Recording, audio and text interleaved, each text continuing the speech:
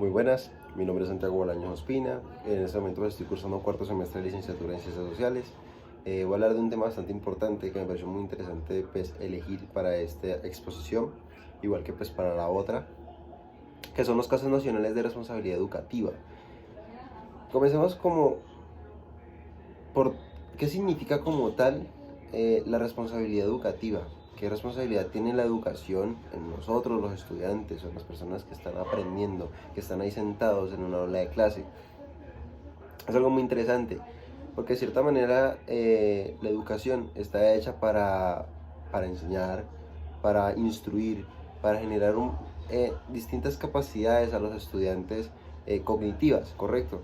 Pero no solamente eso, sino llegando a la parte, digamos, de qué debe hacer una institución educativa o un maestro como tal eh, para, para llegar al niño de una manera en la cual carga una responsabilidad, ¿correcto? Porque es que la manera de enseñarle a un estudiante, la manera en la cual se le enseña, en cual se le habla, eh, toca que ser muy prudente.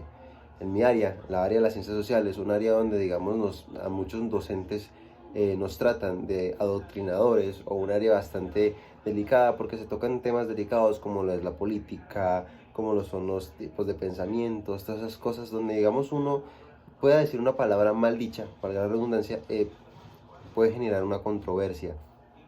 La educación o la responsabilidad educativa, o sea, ¿qué es la responsabilidad educativa? Bueno, se encarga de realizar actividades educativas, donde pues la idea es proveerle a los estudiantes una capacidad de intervenir en cualquier tema, es decir, que tengan la capacidad de pensar y captar las cosas, ¿correcto?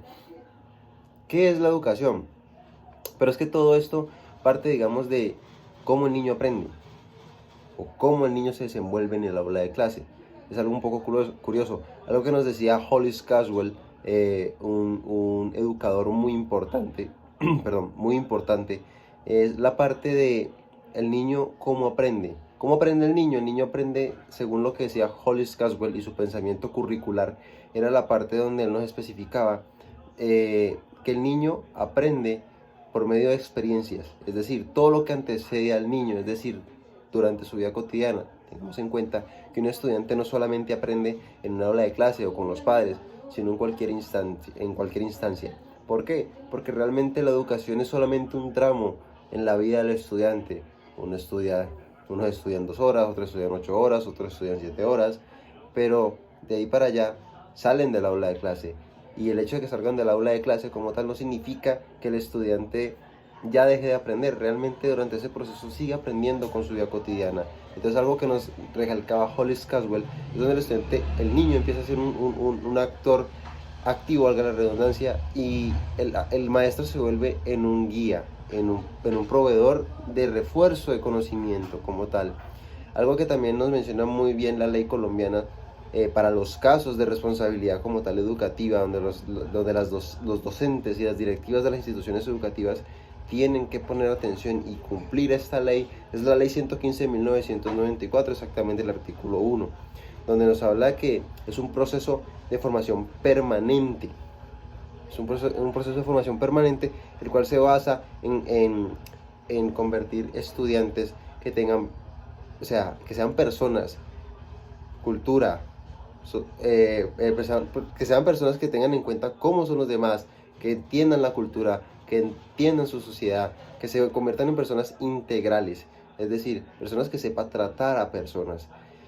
Un tema muy importante es algo que, digamos, pasó hace muy poco en la institución educativa donde yo me gradué, realmente donde estudian mis hermanitos en ese momento, es que hubo un problema con un animal que entró, no sé si lograron ver en las noticias, donde un animal entró en una institución y mordió a varios estudiantes. Esa noticia pues está en el Telepacífico, un tema un poco delicado, donde el cual vi la negligencia en la institución educativa y la responsabilidad que tomó referente a los casos que sucedieron. Si los padres de familia, los acudientes no alzan la voz, la institución educativa no hubiese hecho nada y no se hubiese preocupado. Yo en mi caso, yo lo puedo decir, yo traté, entre comillas, vulgarmente como se puede decir, boleteé al colegio porque de cierta manera mi hermana se vio afectada. Entonces es un problema de esa, digamos, responsabilidad educativa, la cual la institución no tomó en cuenta. Hubiese pasado algo muy grave, donde un niño hubiese podido salir muy lesionado y no hicieron gran cosa realmente. Entonces, no es algo que digamos un animal entrara a la institución, no es algo que haya pasado ahorita, sino que desde que yo me gradué hace 5 años de la institución como tal, siempre venía sucediendo. Entonces ahí es donde digamos vemos un caso muy importante de responsabilidad educativa, porque no solamente es formar a un estudiante, sino protegerlo de cierta manera. Un estudiante se protege tanto cognitivamente como física y emocionalmente, porque son factores los cuales ayudan al proceso de aprendizaje de un niño. Esa sería mi exposición sobre los casos nacionales de responsabilidad educativa. Me basé más que todo en esa responsabilidad educativa, ya que pues casos nacionales no aparecía mucha información como tal, pero logré, digamos, abarcar la cantidad de elementos importantes para esta exposición. Muchas gracias, que tengan un feliz día.